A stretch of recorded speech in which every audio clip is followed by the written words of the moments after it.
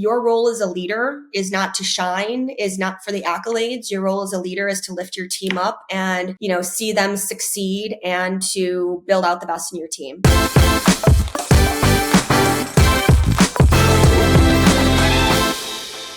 Well, Stephanie, thank you so much for being with us. I am thrilled to have you. We've gotten to be virtual friends, LinkedIn friends for a while now, and we're taking it out of the group chat here and getting to have a proper conversation and let our audience listen in. You have so many incredible facets to your career background and also just your personal passions. And so thanks for sharing them with us today. We're going to have a fun conversation. So happy to be here. I love it. Welcome.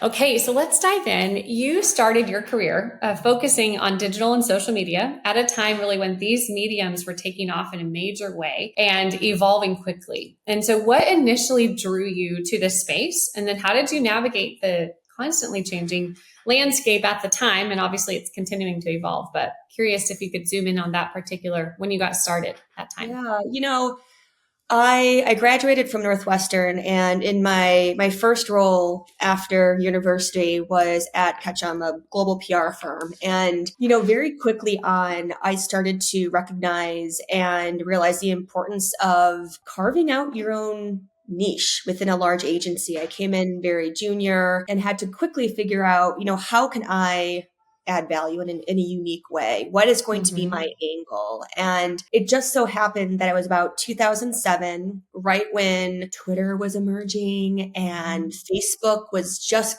kind of becoming more of a marketing vehicle. Mommy bloggers were all the rage. And I was like, this could be an area of expertise for me. Not only am I interested in these mediums personally, but it could be really interesting to see how brands can show up, how they can tell their stories, how they can connect with new audiences. And so I quickly became the go-to for what's happening on that new microblogging platform called Twitter. What are all of the different moms talking about within the blogosphere? I worked with Kimberly Clark, and so like Cottonelle and Kleenex and that CPG world was my early bread and butter. And so that was really one of my first roles. And that was a really, really good learning experience because that has been a constant theme for me throughout my career is how can you continue to carve out your brand, your niche, show up with value, and have some sort of expertise or be known for something, because otherwise how are you going to stand out? And so I was always the first to raise my hand in a meeting. I was the first to offer a point of view, whether it was with confidence or not, being able to speak up. And, that really helped me, especially because as a kind of a young junior person in my career, I was quickly being put in front of clients. I was on new biz pitches. I had to learn how to have an executive presence at a really early age or an early start to my career. So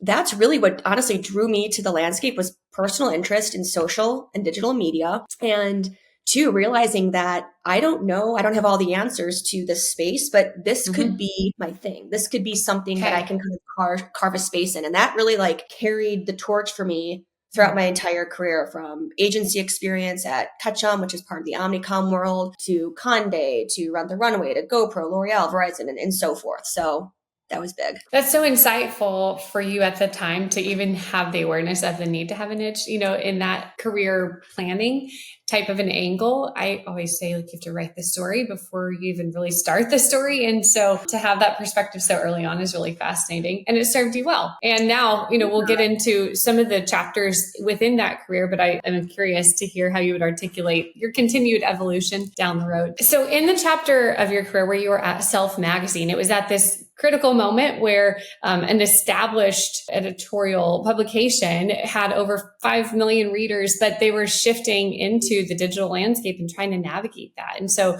I'd love to just hear from your perspective what that was like at the front edge of helping guide them through that shift. It's kind of scary when you have had the bread and butter and this incredible success as a company, Self Magazine, a lot of brand equity. It's scary to try to make that shift into a new frontier. They did it successfully, but tell me about that time. Yeah. And, being part of the editorial world was always a dream of mine. I had a background obviously in PR and storytelling and working with the editorial world. So when I had the opportunity to join Self, which is part of Condé Nast, as the first formal social media editor hired at Condé. So that was a title that was born out of the era of social and digital, and really kind of signified the need for a legacy publisher to start thinking about how do you translate editorial and social as a service and content to this new digital medium. And so when I came on board, to be honest,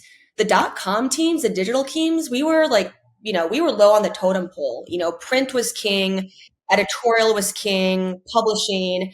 And so it was really interesting to see how quickly that changed during my time, which was, the mid, 2010s to 13s ish. And, social was truly a vehicle for ramping up community, for a, fitness, health, wellness magazine that was really primed for community in that space. And so it was a really interesting time to be there because I had to bring a lot of the background that I had as a social strategist and a digital strategist from more of a brand PR standpoint at Ketchum to this new world of editorial and thinking about, okay, here's how we can build and grow this very valuable legacy Self magazine brand on social. And so a lot of it was one part working and educating a lot of the traditional print editors and editors in chief, not only at Self, but across other publications. So serving as a little bit of a informal advisor to some of the other titles within Condé and coaching them and educating them on here's how to think about showing up on Twitter. Here's what tone of voice means with when you're communicating in 140 characters, when you don't have the luxury of, print.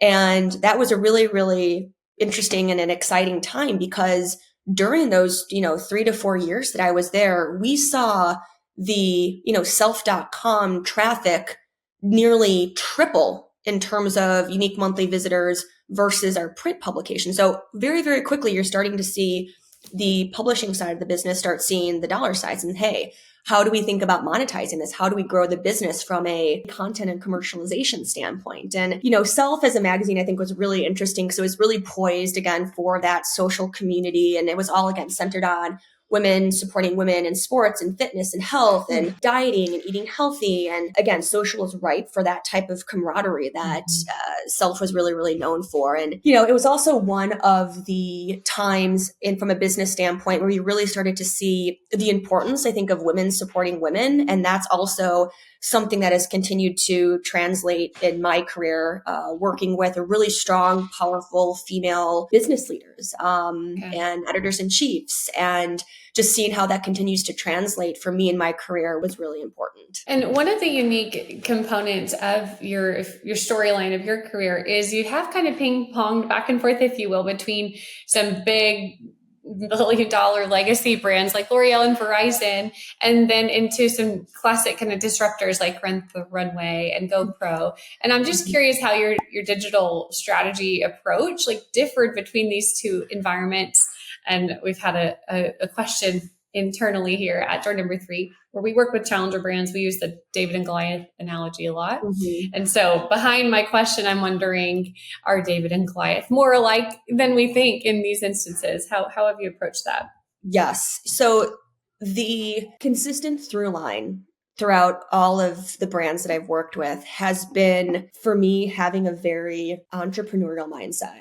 And whether you're working within a large matrix organization like a Verizon or a truly global organization like a L'Oreal, being able to operate quickly, being very nimble, and having a roll up your sleeves mindset is the constant throughout all of those. Because at the end of the day, what I think separates myself as an executive and a leader is I'm an operator. I can absolutely do the strategy. I can, present to a board, edit the board deck, but then I can get my hands on keyboard. I can go buy the media, or I can draft the tweet. I can write social copy. And I think, again, having that type of approach where you are an operator, you are a practitioner of your craft is so important. And that's really been, again, a common approach and theme to all of those companies. Now, how you go about doing that, of course, is very different at a Verizon and a L'Oreal than something more of like a startup experience like a GoPro, where you have the ability to arguably like take some more risks. When you are working with a brand, let's say like Kiehl's. So I was head of global comms and influencer at Kiehl's, and you have this legacy skincare brand, Kiehl's New York, and you have the lore behind it. You have the brand essence of this New York pharmacy type of brand. Like you have a lot of a requirement to kind of maintain that brand and its ability to storytell across, other markets. And so there's a bit of, again, a bit of legacy to that. But again, the entrepreneurial mindset I think is really interesting. But also what's really common and also like unique across all of those brands was at the end of the day, they're all trying to figure out how to reach a specific type of audience. And it was really interesting because at GoPro, I came in and there was post IPO, it was about 2015. And what we were being tasked with thinking about was how do we attract and reach a more lifestyle audience, pets, fashion, food, music, while not alienating the endemic consumers that built the brand, the hardcore, wakeboarders, the extreme sports X game athletes. Like, of course, absolutely important to the brand. They built the brand, but how do you expand in a way that feels healthy and natural and you're not alienating the people who actually got you there? Which is also very similar to, again, a similar approach that we had at, L'Oreal and with Kiehl's, which was, how do you continue to maintain the essence of being this New York skincare brand, but also show up in a way that makes sense for the most competitive markets in the world, like South Korea or Japan or China. Yeah, and same with Verizon.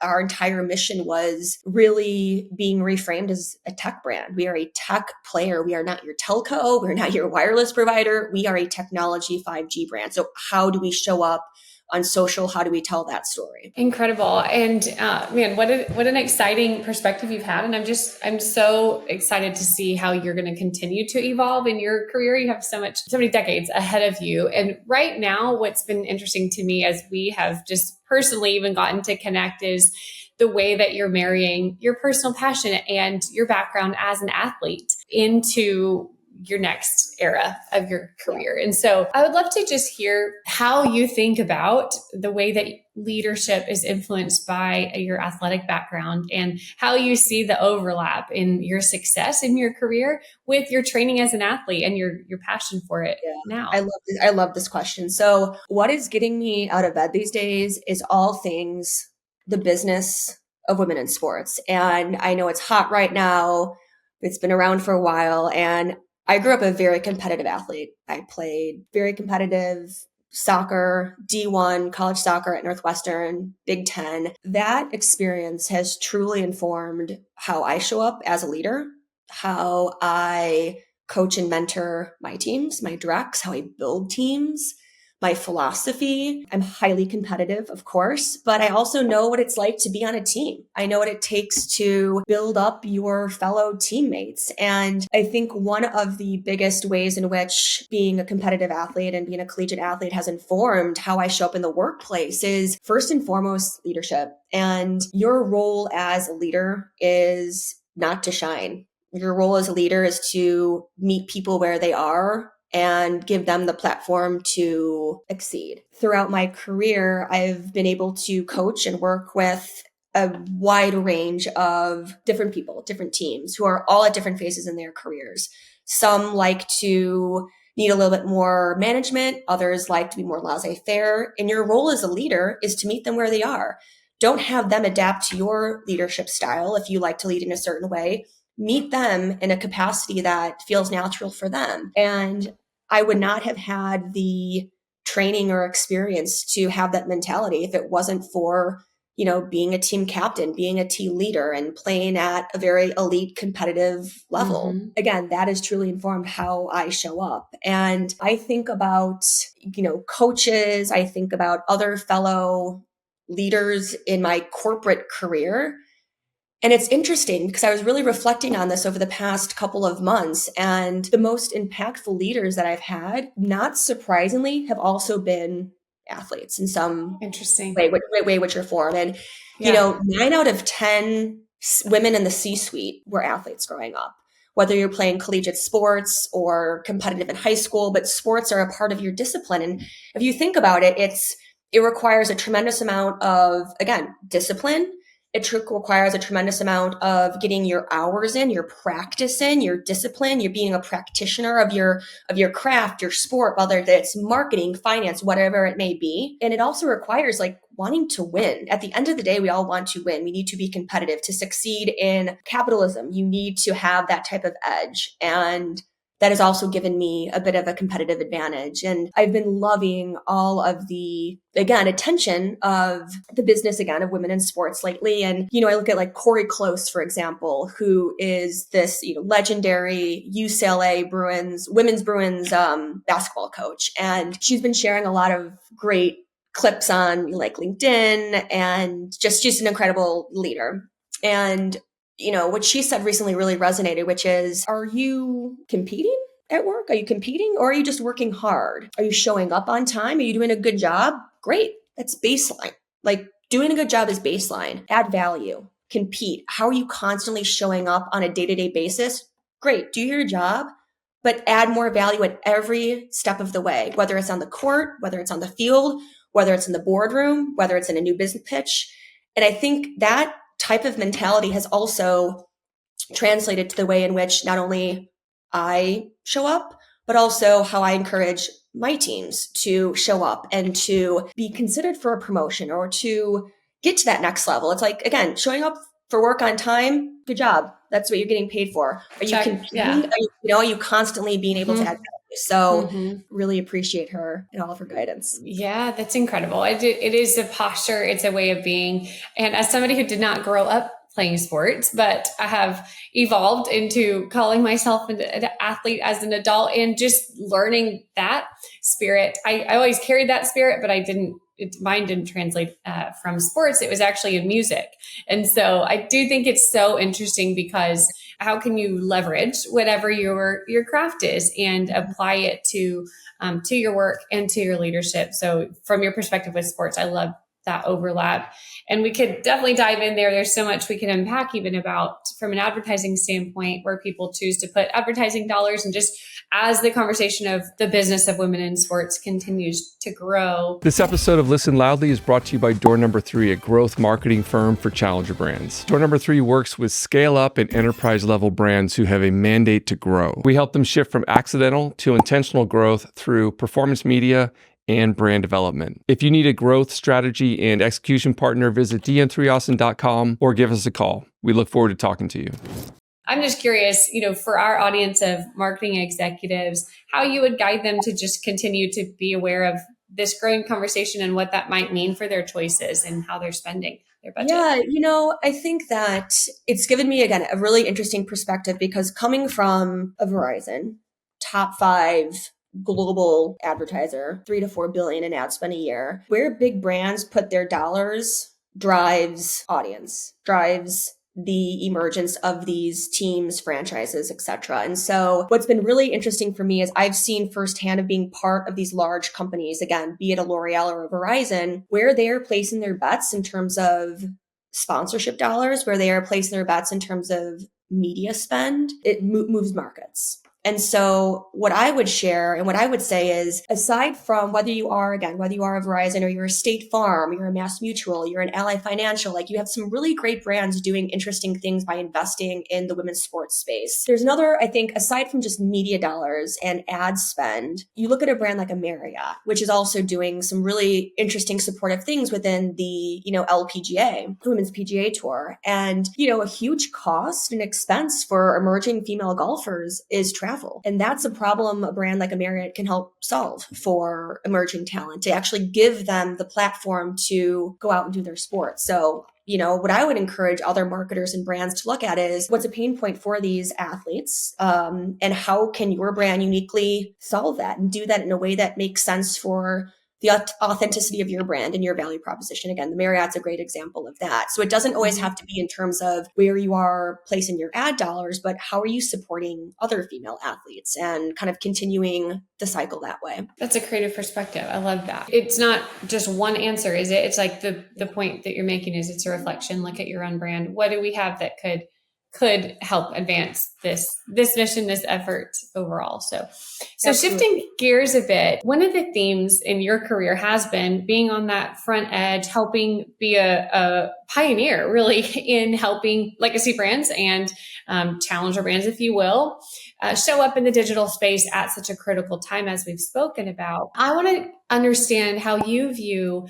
this tension of trying to stay on the cutting edge while holding to who you are as a brand. And it's easy to kind of get lost in chasing trends and knowing which ones are worth chasing, which ones you need to kind of just ride the wave and let it pass. How do you think about that, holding that tension? Yeah. And I think it's really timely right now because you hear of, and I'm working with a variety of brands right now, and they all want to create culture. They all want to tap into the zeitgeist. They all want to stay relevant and break through with Gen Z. And the constant question is, well, how do we do that while still being true to who we are as a brand? And something else that's really interesting right now is that I would argue that mass culture and this huge zeitgeist still exists, but it's all about niche right now. I'm really, really seeing how you can be a huge brand and make an impact kind of in a really small, interesting space versus trying to appeal to everyone. And I think that's the biggest unlock and the biggest challenge is, at one time I was chatting with one of my friends who, was a huge strategist over at Netflix. And she's like, a couple of years ago, our target audience was the 8 billion people on the globe. Like, it doesn't get any more mass than that. What's also interesting then about like a Netflix as an example is, sure, they may want to connect and engage with those 8 billion people on Earth. But what's unique about Netflix, I feel, is from a programming standpoint, they have cult followings and niches in terms of their content programming. And so they're able to really, really tap into a variety of audiences just based on their unique entertainment offerings, obviously. So I think that's like an easy selection. But, if you look at, I think, a Verizon, for example, which I know I've been talking about lately just because it's so top of mind given my tenure there, Verizon, the constant challenge was we were ubiquitous. We were everywhere. We were this invisible network that fueled the world that our customers were living and thriving in. And so what we had to think about was, okay, if our thing as a brand is our network superiority, we are the best network, we are the fastest network, we're the most reliable network.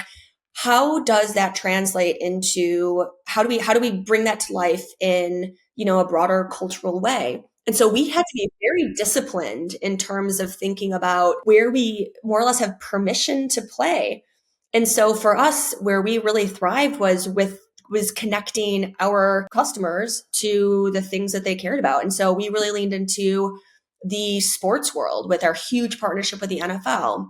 We leaned into entertainment, huge partnership with Snap and then Live Nation. So I think you have to have a little bit of a brand discipline to understand what your swim lanes are and stick to them versus teetering all over the place. And, like lately, so Vogue World, happened earlier this month. We're recording this in June. So when this comes out, Vogue World will have been all over the news. And the way that Vans showed up at Vogue World is really interesting. I think Vans has been, I would argue, a little dormant for the past couple of years, and they're returning to their true, authentic skate roots. And they showed up in a very culturally significant way in Paris and had this amazing skate activation. And it was the moment of Vogue World. So I think then again, you also see some brands like that staying true to their skate work, their original world, and showing up in a cultural way that makes sense for them. For challenger brands, especially, I think deciding who you're going to be so that you can be super clear about who you are,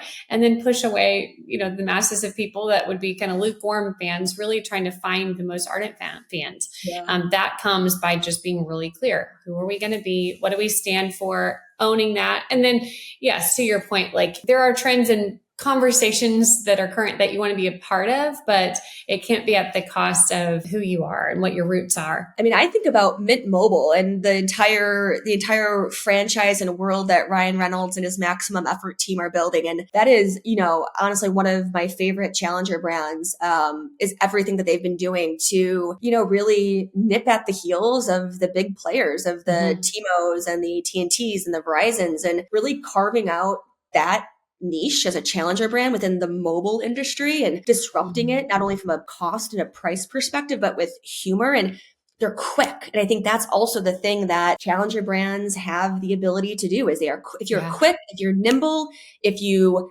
tap into quick culture. And again, I would use Maximum Effort as like one of my favorite challenger brand type of holding companies, everything that they did with like aviation gin. And so I think that's another great example of just moving quickly and having a sense of humor and taking some risks, and it pays off. We always say you have to outthink when you can't outspend. That's the posture, right? That's the approach that you have to take to truly be David and Goliath and really show up in a space where you're new on the scene and are forcing the opportunity to play. So switching gears as we wrap up here, I know that you just got back from Cannes. I'm thrilled. I've been following your Instagram. You brought us all along to be able to kind of go with you. But what's bubbling over in your mind as you kind of get back from such an inspirational trip and you're really able to get the pulse of what's happening out there in the advertising world? Tell us what your thoughts are there. The two biggest themes, I would be remiss if I didn't say AI. I mean, it's just, it's going to change the way in which we work. I think what's also was really interesting about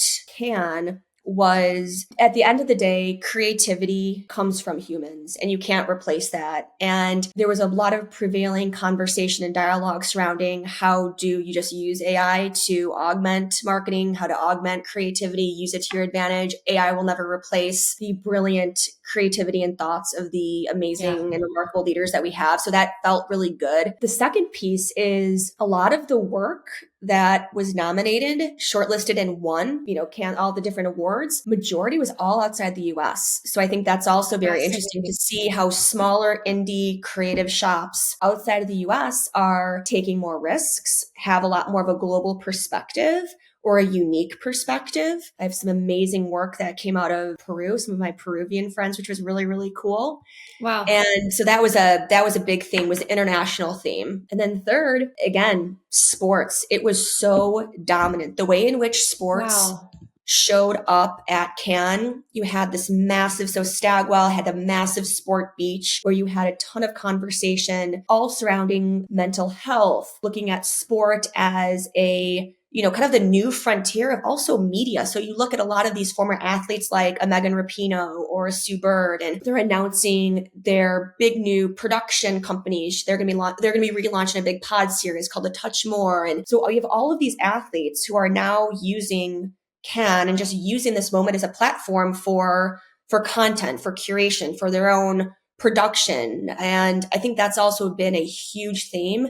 And brands are taking notice, ads are taking notice in terms of how do we leverage the collective power of sport? Because that's just intrinsically where there's community, be it, football internationally or American football. How do we lean into this power? I mean, it's the time of year is Olympics. And so those would be the three things: is AI, international work, and the prevailing power of sports, and how that continues to be such a valuable medium for brands, advertisers, and creators. Incredible. Well, I'd love to be packed in your suitcase next year to go. But before we go, I wanted to ask you if there's anything you want to share, just in a kind of word of inspiration for our marketing executives and inspiring them on their journey. And then we'll wrap up. Yeah, no, I appreciate that. I think the last thing that I would say, honestly, is from a leadership perspective. And your role as a leader is not to shine, is not for the accolades. Your role as a leader is to lift your team up and, see them succeed and to build out the best in your team. And that's the role of a leader. So I would impart those words on the broader community. Thank you. Thank you. Well, again, thanks for being with us. This is incredible what we've had to share. And I look forward to hearing in the comments, whoever, as you're watching this, just let us know any questions for Stephanie. And in your LinkedIn is probably the best place to reach you, I would assume. And so we're going to link that in the description. You can follow along Stephanie's journey. So thanks for being with us. Thank you.